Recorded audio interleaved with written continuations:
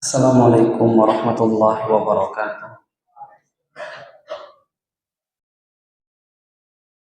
Innal hamdalillah nahmaduhu wa nasta'inuhu wa nastaghfiruh wa na'udzu billahi min shururi anfusina wa sayyiati a'malina. Man yahdihillahu fala mudilla lahu wa man yudlil fala hadiya lahu. Asyhadu an la ilaha illallah wahdahu la syarika lah wa asyhadu anna Muhammadan 'abduhu wa rasuluh sallallahu alaihi wa ala alihi wa sahbihi wa sallama taslima mazida amma ba'd. Ya ayyuhalladzina amanu taqullaha haqqa tuqatih wa la tamutunna illa wa antum muslimun.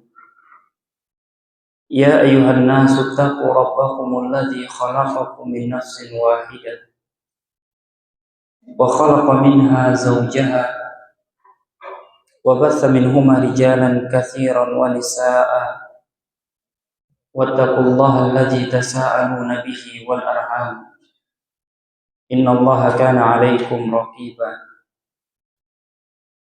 Fa inna asdaqal hadithi kitabullah wa khairal hadyi hadyi Muhammadin sallallahu alaihi wasallam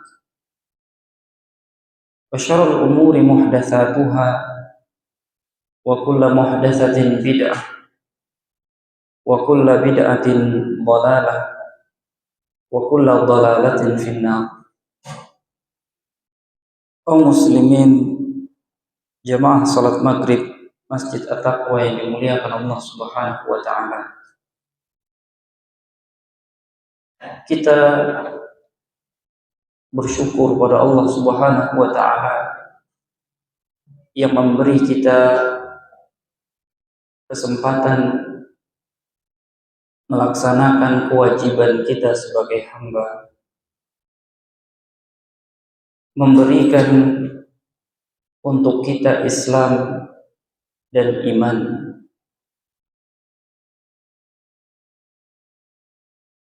Yang Allah Subhanahu wa taala masih memberikan kita bimbingan, taufik, hidayah untuk beramal saleh yang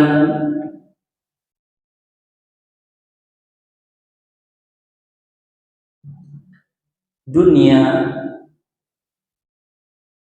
yang mungkin kita bisa mengatakan bahwa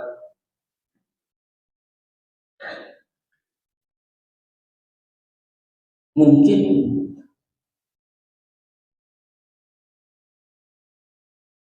beberapa tahun lagi, mungkin beberapa tahun lagi kita tidak ada di dunia ini. Rumah yang kita tinggal di dalamnya, entah siapa yang menempatinya, kendaraan yang hari ini kita pakai, entah masih ada atau jadi barang rongsokan, pakaian yang kita beli mungkin tidak ada lagi yang akan pakai.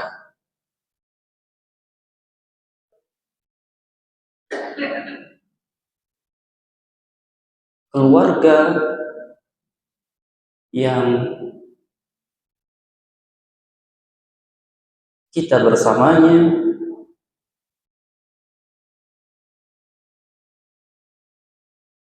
mungkin tidak lagi kita ketahui apa yang sedang dilakukannya. Namun inilah hidup di dunia yang kita isi, kemudian kita tinggalkan. membuat orang beriman mengambil pelajaran dari kehidupan dunia. Kita bersyukur pada Allah Subhanahu wa taala yang kita masih diberi kesempatan mengisi waktu, menggunakan waktu dalam ketaatan. Di luar banyak orang yang mengisi waktu dengan hiruk pikuk dunia yang nilainya tidak berguna untuknya di sisi Allah Subhanahu wa taala. Atau mungkin akan dia sesali karena diisi dengan pelanggaran, dosa dan maksiat kepada Allah Subhanahu wa taala.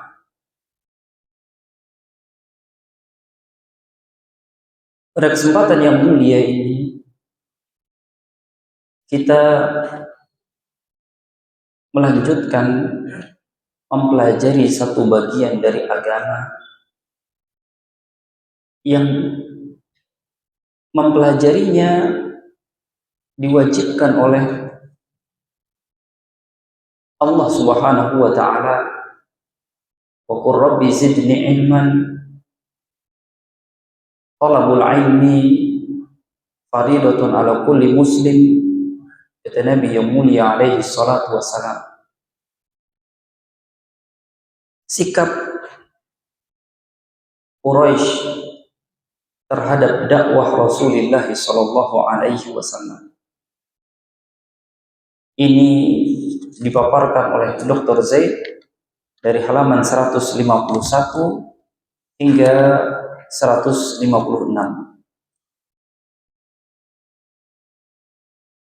Awalnya orang-orang Quraisy menganggap dakwah Rasulullah sallallahu alaihi wasallam seperti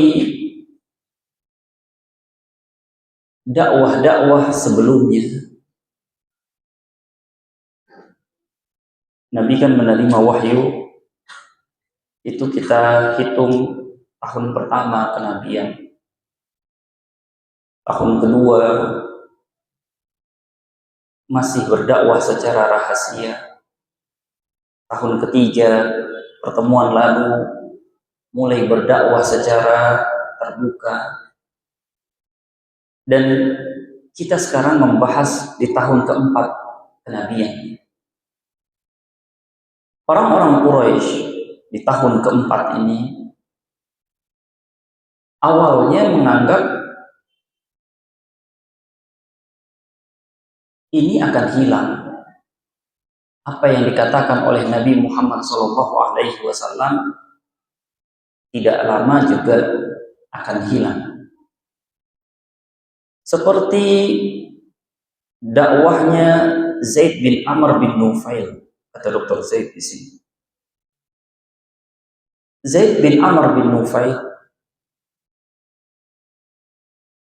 dia bapaknya Sa'id bin Zaid, satu dari 10 yang dijamin masuk surga oleh Rasulullah SAW.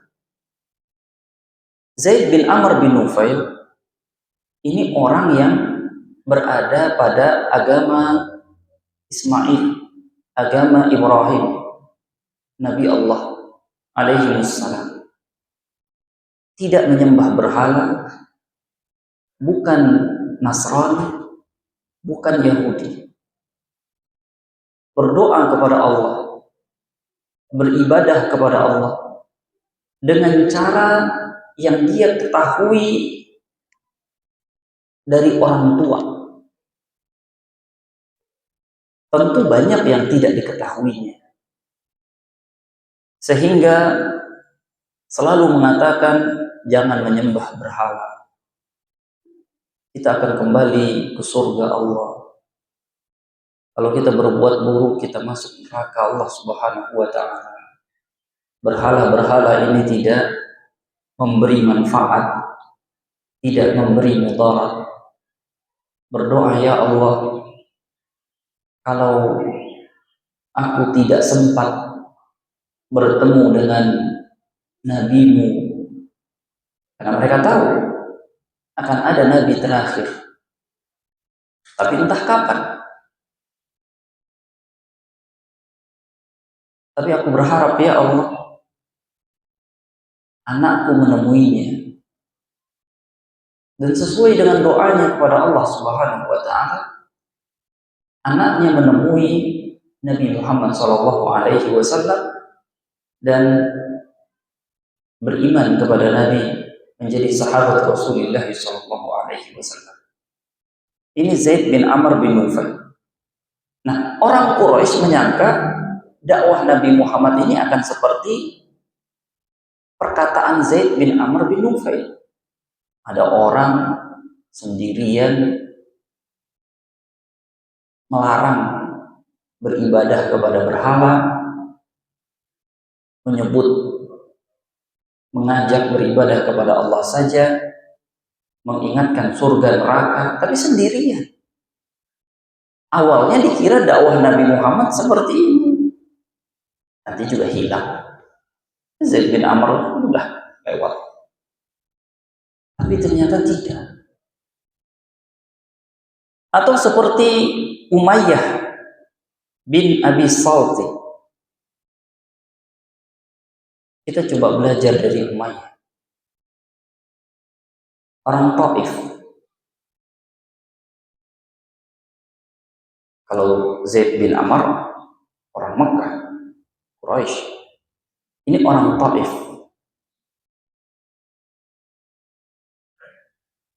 Sama seperti Zaid bin Amr, tapi mereka tidak terhubung, walaupun sama-sama penyair, sama-sama beri nasihat. Jangan menyembah berhala, ikuti agama Nabi Ibrahim, beribadah kepada Allah, jauhi neraka, jauhi amal yang menuju neraka, minta surga kepada Allah. Tapi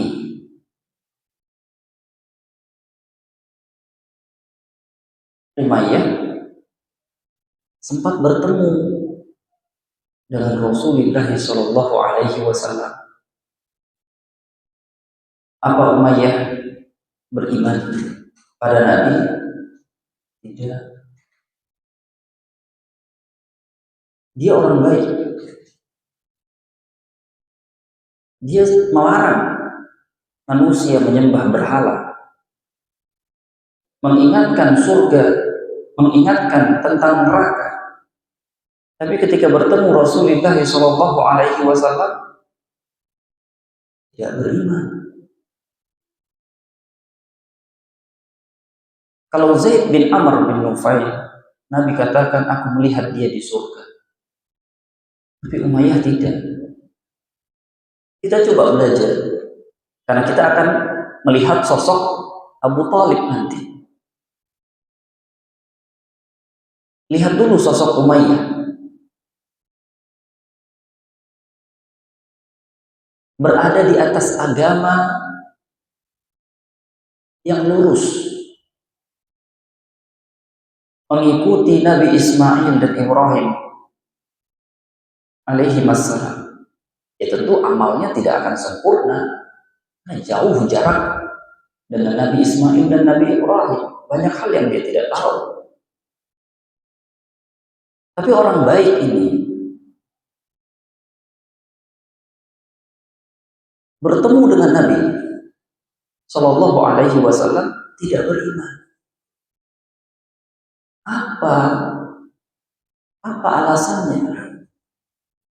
Sebelum kematiannya dia mengatakan, saya agak bimbang, Saya mengimani agama Ibrahim, agama Ismail alaihi wassalam. Tapi ketika bertemu dengan Muhammad saya agak bimbang. Saya ragu. Dan dia tidak memilih beriman.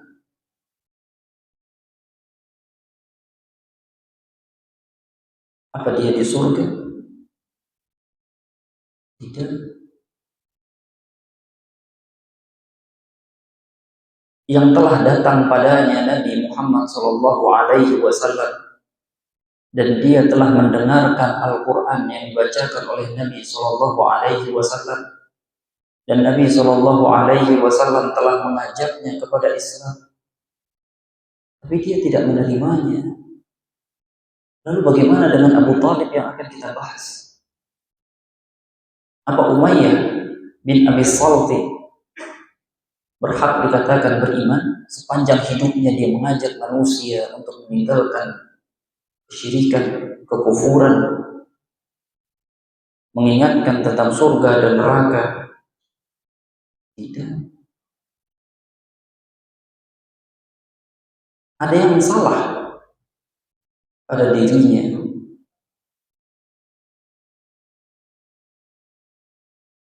Yang harus kita ambil pelajaran dari Umayyah. Apa yang salah? Kita ambil pelajaran bahwa ada kalanya orang baik punya satu kesalahan yang dia pelihara, dan itu menghalangi dia dari hidayah Allah Subhanahu wa ta'ala. Kita berharap diri kita baik, maka tidak boleh memelihara kesalahan. Orang baik kan manusia, punya salah. Kalau tidak segera bertaubat, tidak segera sadar, tidak sering memohon ampun pada Allah, bisa seperti Umayyah bin Abi Salti. Orang Quraisy menyangka dakwah Nabi seperti Umayyah, nanti juga hilang. Tapi beda Zaid dengan Umayyah. Sampai mereka baru tersadar kita salah. Dakwah ini tidak akan hilang begitu saja. Maka akhirnya mereka melakukan langkah pertama, mendatangi Abi Thalib. Mereka menyampaikan kepada Abu Thalib bahwa sudah beberapa tahun ini, karena mereka baru ketahui, mereka sudah ada di tahun keempat Nabi menjadi Nabi. Sudah beberapa tahun ini dakwah Nabi SAW mengganggu masyarakat Quraisy, mengganggu peribadatan orang Quraisy, mencela berhala. Maksud mencela berhala adalah mengatakan berhala ini tidak mendengar, berhala ini tidak melihat, berhala ini tidak bisa beri manfaat, berhala ini tidak bisa beri mudarat, bahaya, tidak bisa. Nah, perkataan yang hak ini mereka katakan mencela. Karena kita tidak boleh mencela. Wala tasubbul ladina yad'una min dunillah. Allah telah melarang, jangan kalian mencela yang mereka sembah selain daripada Allah. Fayasubbullaha adwan bighairi ilmi. Nanti mereka mencela Allah. Tidak boleh kita saling mencela tak boleh. Tapi yang Nabi SAW ajarkan, mereka anggap mencela, padahal Nabi tidak mencela. Nabi mengatakan berhala ini batu. Seperti yang Nabi Ibrahim katakan, ya abati lima ta'budu ma la yasma'u wa la yubsiru wa la yughni anka syai'an. Nabi Ibrahim kan hanya berkata pada bapaknya, "Bapak, kenapa Bapak sembah-sembah yang tidak melihat, tidak mendengar, tidak bisa nolong?" Nah, itu dianggap mencela. Padahal Nabi tidak mencela. Hanya menjelaskan berhala ini batu, tidak bisa mengganggu. Kita tidak boleh takut pada patung berhala. Berhala ini tidak bisa ganggu. Sentil saja tidak bisa.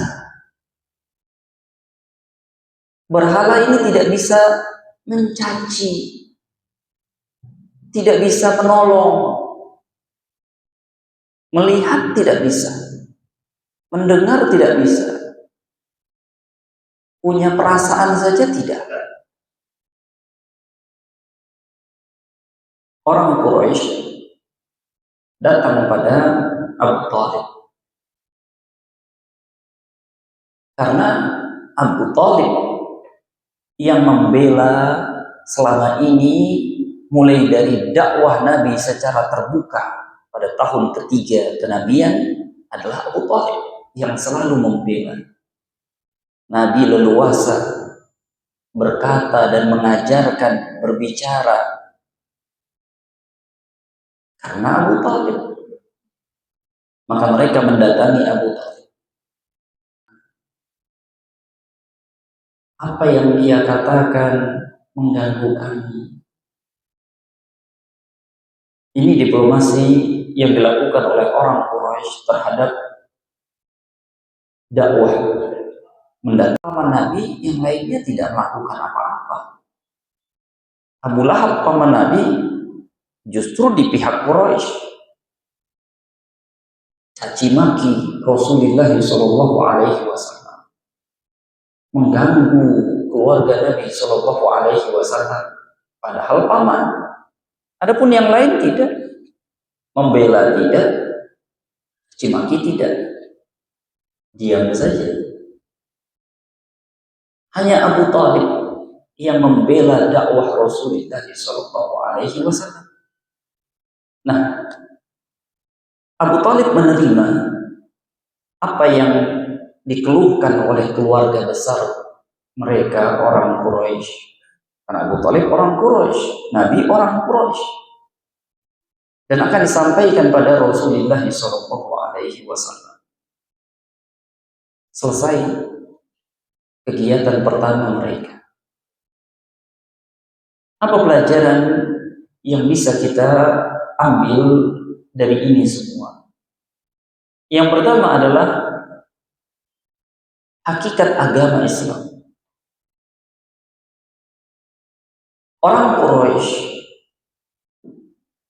mengetahui belakangan, walaupun terlambat mereka ketahui, hakikat agama ini yang tidak akan padam. Tapi Zaid bin Amr bagaimana? Zaid bin Amr bukan Nabi.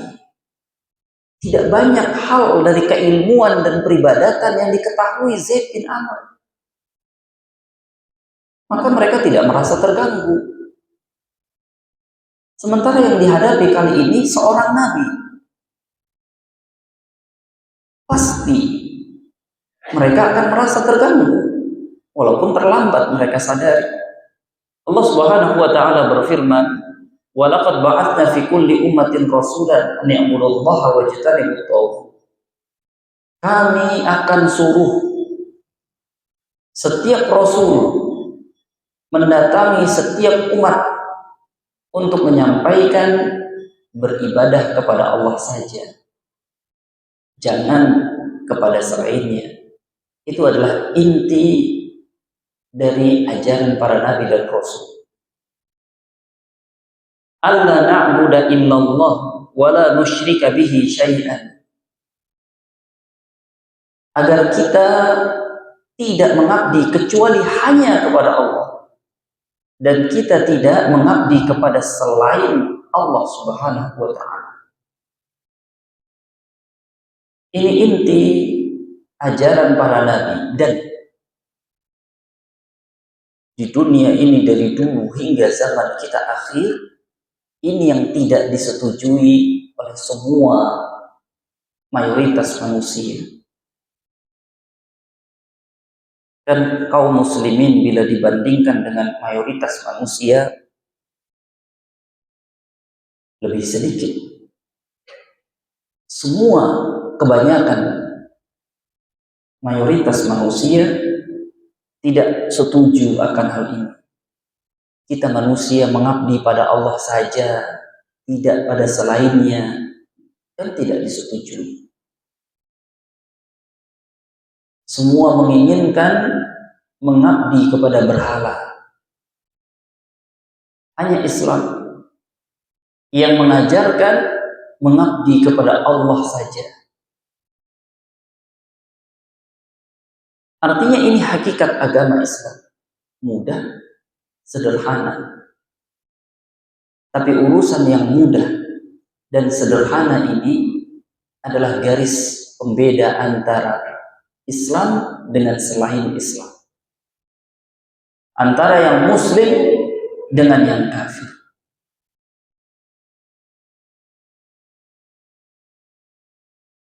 Yang kedua, apa sebab penolakan Quraisy? Maka jawabannya Allah Subhanahu wa taala telah sampaikan dalam surat Az-Zukhruf, bal qalu inna wajadna aba'ana ala ummah wa inna ala atharihim muhtadun. Dari dulu orang Quraisy selalu mengatakan, kami sudah melihat orang tua kami begini, kami tidak akan mau berubah. Kami akan ikuti apa yang dilakukan orang tua kami. Ini batu penghalang orang Quraisy dan kebanyakan orang kafir dari dulu hingga zaman Nabi dan hingga kini. Mereka mengatakan, bapak kami sudah begini, kami tidak mau merubah. Para ulama menyimpulkan inilah yang disebut dengan taklid buta. Taklid buta. Apa yang ada pada Umayyah bin Abi Salt yang menyebabkan dia tidak mau beriman pada Rasulullah setelah Nabi mengajarnya. Padahal dia mengatakan, saya mengikuti agama Nabi Ismail dan Nabi Ibrahim. Apa yang membuat dia tidak mau? Padahal dia telah mendapat ajakan Rasulullah Shallallahu Alaihi Wasallam. Kata para ulama, dia ada iri.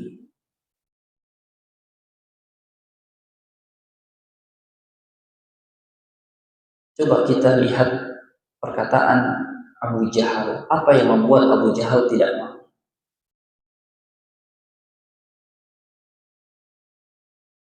Dia ada iri.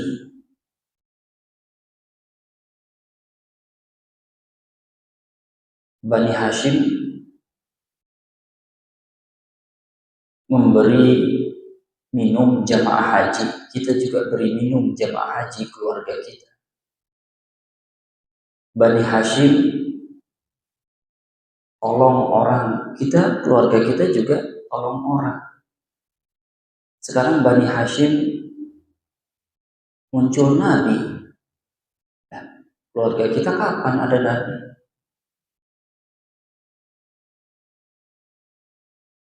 Coba dilihat ke atas. Apa yang membuat iblis tidak mau sujud pada Adam alaihi salam? Padahal Allah Subhanahu wa ta'ala yang menyuruhnya. Ada iri yang dia katakan, ana khairun minhu, saya kan lebih baik dari dia. Khalaqtani min nar wa khalaqtahu min tin. Engkau ciptakan dia dari tanah, engkau ciptakan aku dari api. Apa yang membuat pembunuhan pertama terjadi di bumi Allah? Ada iri. Maka dari sini kita ingatkan pada satu hal yang penting, bahwa ada kalanya orang, hamba yang dekat dengan Allah Subhanahu wa ta'ala,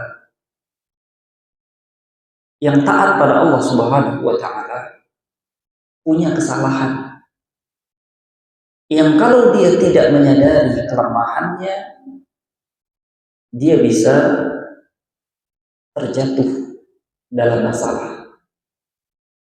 Iblis tidak sadari kesalahannya, iri. Umayyah juga tidak sadari kesalahannya, padahal yang dihadapinya seorang nabi.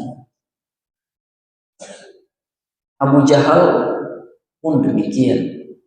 Nah, sekarang kita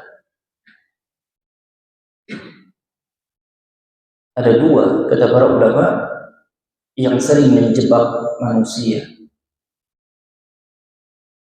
fitnah syubhat dan fitnah syahwat. Dia orang baik, iya dia orang baik. Dia orang yang taat, iya dia orang yang taat. Tapi apakah orang yang taat dan orang yang baik anti dari dua fitnah ini? Tidak. Semuanya rentan. Maka dari itu agama selalu mengingatkan untuk menjauhi kemaksiatan. Buat jarak yang jauh.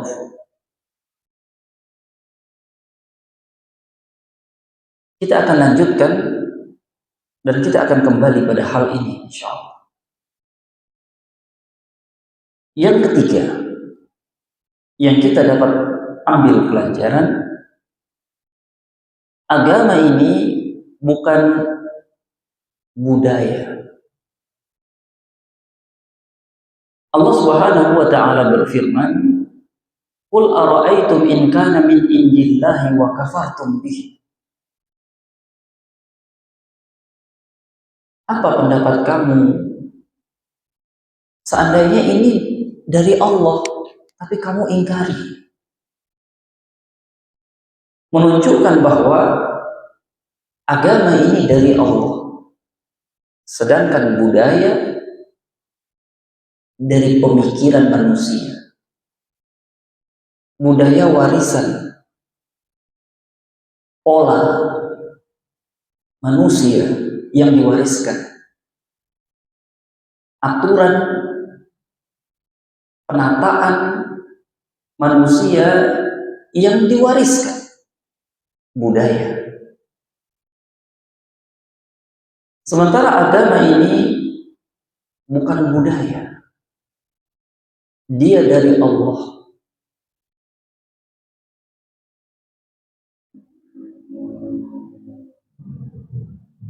Kita mendengar dalam pembelajaran anak-anak kebudayaan Islam, sebuah kalimat yang dikritik oleh para ulama. Karena yang namanya budaya, dia pemikiran manusia. Dia bisa salah, dia bisa tidak relevan, dia bisa dirubah, dia bisa berganti. Sedangkan syariat tidak, agama tidak, karena dia min indillah, dari sisi Allah. Karena dia datang dari Allah Subhanahu wa Ta'ala, maka dia pasti cocok dan harus dipertahankan dalam setiap tempat, zaman, peradaban, orang. Dia tidak bisa dirubah, tidak bisa dihilangkan, tidak bisa diganti. Orang-orang Quraisy menganggap apa yang dibawa oleh Nabi Shallallahu Alaihi Wasallam nanti juga hilang. Itu berarti budaya saja, nanti juga berganti. Seperti orang-orang dulu, nanti juga hilang. Ternyata tidak, karena agama ini bukan budaya. Kalau kita mengatakan ini budaya Islam, penamaan keliru. Apakah dalam urusan penamaan kita harus bertengkar? Kalau dalam urusan agama tidak boleh sembarangan. Adapun dalam urusan selain agama tidak masalah. Kita bisa ganti-ganti nama, kita bisa ganti-ganti istilah.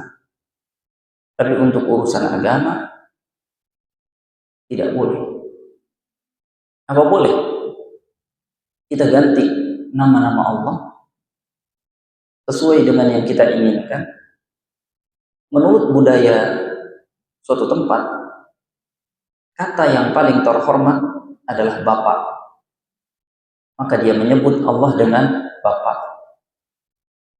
Wahai Bapak, aku mengabdi kepadamu. Engkau adalah pencipta.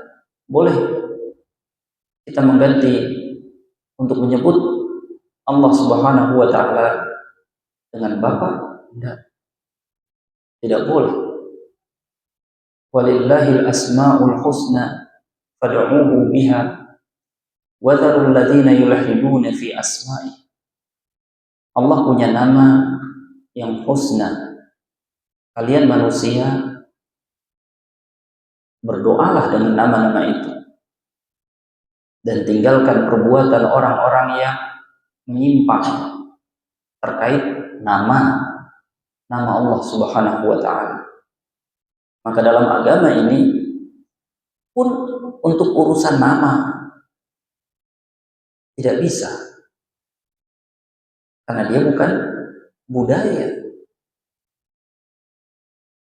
Apa boleh kita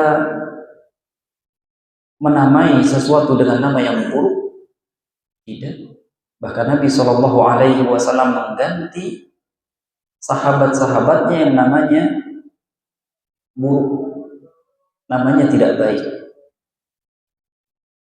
Sebelum Nabi datang, dia bernama Yathrib. Yathrib celaan. Maka Nabi Shallallahu Alaihi Wasallam mengganti kota itu menjadi Madinah. Madinatul Nabi. Ini kota Nabi, bukan Yathrib. Nama Yathrib tercela, celaan, nama yang tidak baik.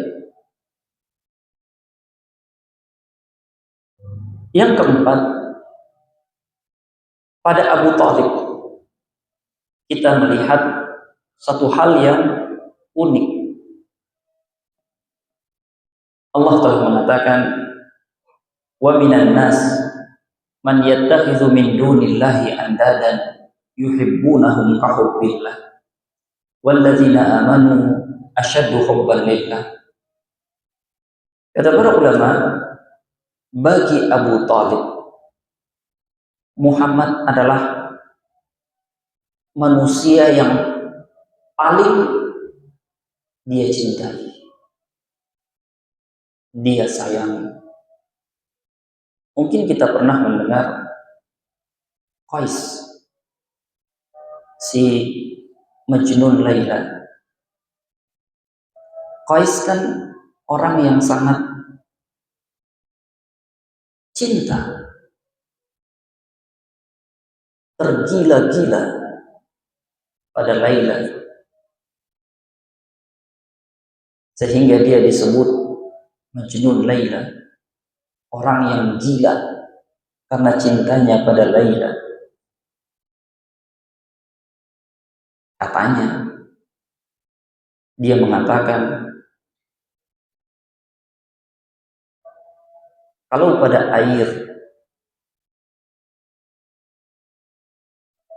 ada bekas Laila, walaupun beracun saya minum.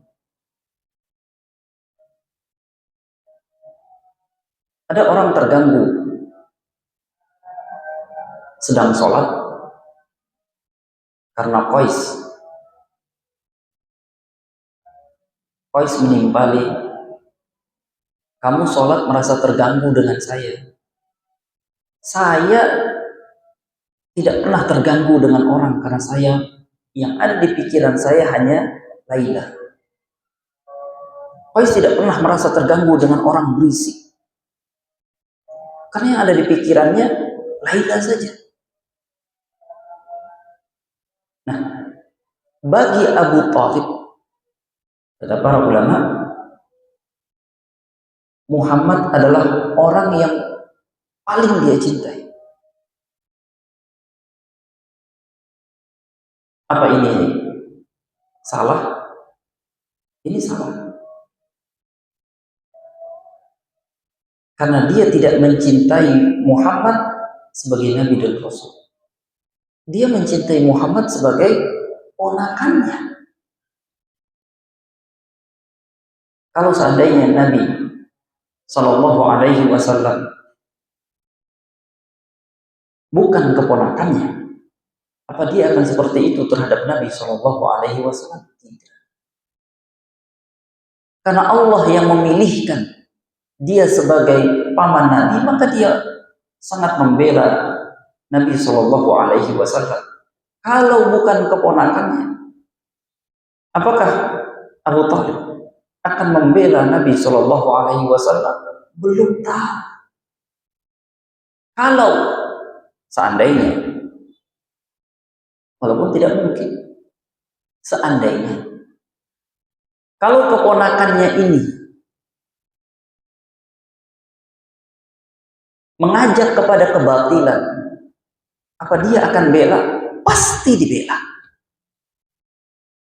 Tapi kan tidak mungkin Nabi Shallallahu Alaihi Wasallam mengajak pada kebatilan. Coba sandingkan dengan Umayyah bin Abi Salt. Dia mengajak orang pada Allah,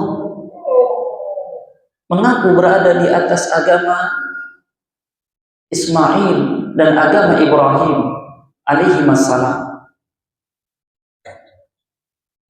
Tapi ketika bertemu dengan Rasulullah Sallallahu Alaihi Wasallam dan Nabi mengajaknya kepada Islam, apa dia mau?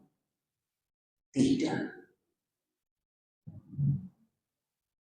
Bagaimana dengan Abu Thalib yang dia membela Rasulullah Sallallahu Alaihi Wasallam?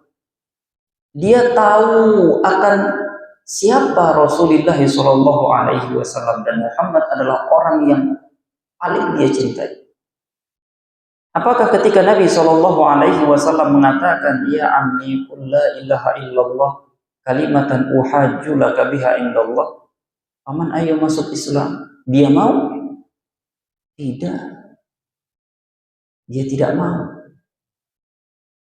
Dari sini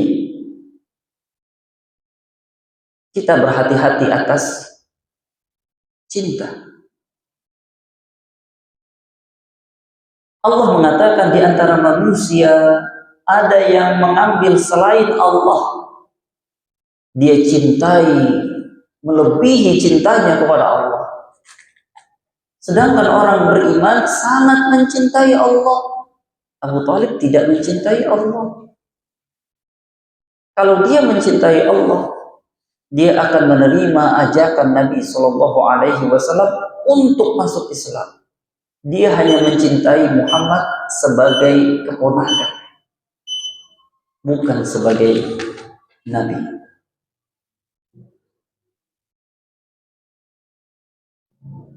Kita mengingatkan tentang cinta. Ada kalimat, saya mencintai Nabi Muhammad. Apapun yang saya lakukan untuk cinta saya pada Nabi Muhammad. Tapi dia tidak mencintai dengan sebenarnya cinta. Seperti Abu Thalib tidak mencintai dengan sebenarnya cinta. Cinta Abu Thalib karena keponakan, bukan karena Nabi sebagai Nabi. Kalau kita mencintai Nabi dengan sebenarnya karena beliau adalah Nabi, maka kita akan mengikuti ajaran Rasulullah Shallallahu Alaihi Wasallam. Ini yang Nabi ajarkan. Ini sunnah Rasulullah, bukan seperti maunya pribadi kita. Saya mencintai Nabi, saya mau berbuat ini, saya mau berbuat itu karena cinta saya pada Nabi. Tidak mungkin kecintaan saya pada Nabi membuat saya dihukum oleh Allah Subhanahu wa Ta'ala. Dia terjebak. Umat ini terjebak atas nama cinta pada Nabi, seperti Abu Thalib yang mengatasnamakan cinta pada Muhammad sebagai keponakan, bukan sebagai Nabi Shallallahu Alaihi Wasallam.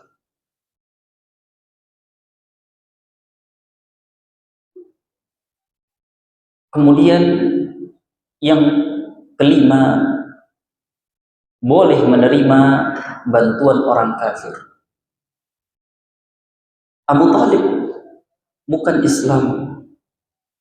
Nabi Shallallahu Alaihi Wasallam menerima bantuan dari pamannya. Karena Allah Subhanahu Wa Taala telah mengatakan, la yanhaakumullahu 'anil ladzina lam yuqatilukum fid din wa lam yukhrijukum min diyarikum an tabarruhum wa tuqsitu ilaihim innallaha yuhibbul muqsitin. Dalam Al-Mumtahanah, Allah tidak melarang kalian untuk berbuat baik, untuk berbuat adil terhadap orang yang tidak memusuhi kalian dan tidak mengusir kalian. Allah menyukai orang yang berbuat baik dan berbuat adil. Sekarang ada orang kafir ingin berbuat baik. Apa kita terima? Kita terima. Karena menerima kebaikan adalah kebaikan. Allah tidak melarang kita saling berbuat baik, menerima kebaikan orang kafir. Boleh. Tidak dilarang di dalam agama saling berbuat baik. Akan tetapi kemudian kita mengacak agama kita dengan mengatakan, kok rasanya tidak adil, tidak pas. Orang baik tidak masuk surga. Dia baik, walaupun bukan Islam. Kok tidak masuk surga? Ini sebuah kesalahan. Kesalahan inilah yang ada pada Umayyah bin Abi Salti. Saya kan sudah menghabiskan usia saya untuk beriman kepada Nabi Ismail, Nabi Ibrahim. Saya hanya ragu pada Muhammad ini, kok saya tidak masuk surga? Tidak mungkin ada orang masuk surga setelah dia mendengar Nabi Muhammad Shallallahu Alaihi Wasallam dan dia menolak Nabi Muhammad Shallallahu Alaihi Wasallam sebagai Nabi dan Rasul. Maka kita kembali pada poin, orang baik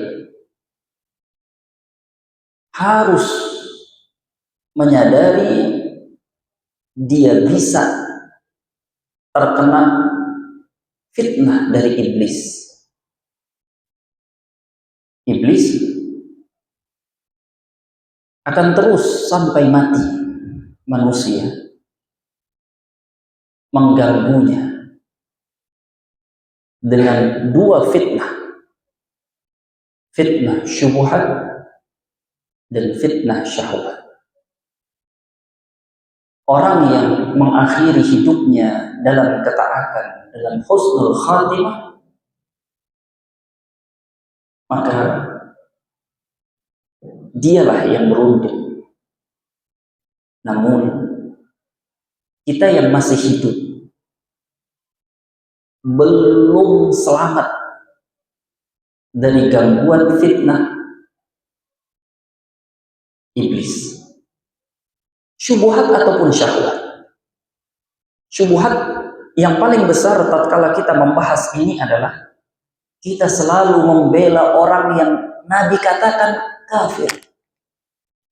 Agama ini katakan bukan Islam, tapi kita selalu bela dengan mengatakan kok bisa orang baik tidak masuk surga. Rasanya tidak adil. Fitnah syubhat pada kepala orang baik. Dan fitnah syahwat, setiap manusia tahu di mana titik lemahnya. Dan itu harus dijauhi. Tidak boleh dengan mengatakan saya orang soleh, sering ke masjid, sering membaca Al-Quran. Tidak mungkin orang soleh berbuat begitu. Nah, fitnah syahwat harus dijauhi. Apakah dia orang soleh atau bukan orang soleh? Karena orang soleh yang tidak menyadari akan fitnah syahwat dan dia berada di sampingnya, waqa'a fihi, dia bisa jatuh ke dalam fitnah syahwat. Dan bukankah Allah Subhanahu wa Ta'ala telah menyebutkan pelajaran di dalam Al-Quran akan adanya orang saleh yang demikian, yang dia berada di samping fitnah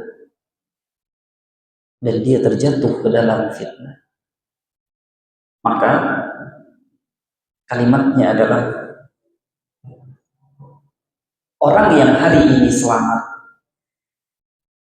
belum tentu besok selamat. Selamat dia hari ini karena dia sabar menahan dirinya untuk tidak terjatuh ke dalam fitnah. Besok kalau tidak sabar, dia bisa terjatuh ke dalam fitnah. Allah Ta'ala a'lam bishawab. Ini pembelajaran yang bisa kita ambil dari pembahasan pada kesempatan yang mulia ini. Bila ada pertanyaan silahkan. Sangat singkat. Bila tidak kita cukupkan. Subhanakallahumma wa bihamdika asyhadu an la ilaha illa anta astaghfiruka wa atubu ilaik. Assalamualaikum warahmatullahi wabarakatuh.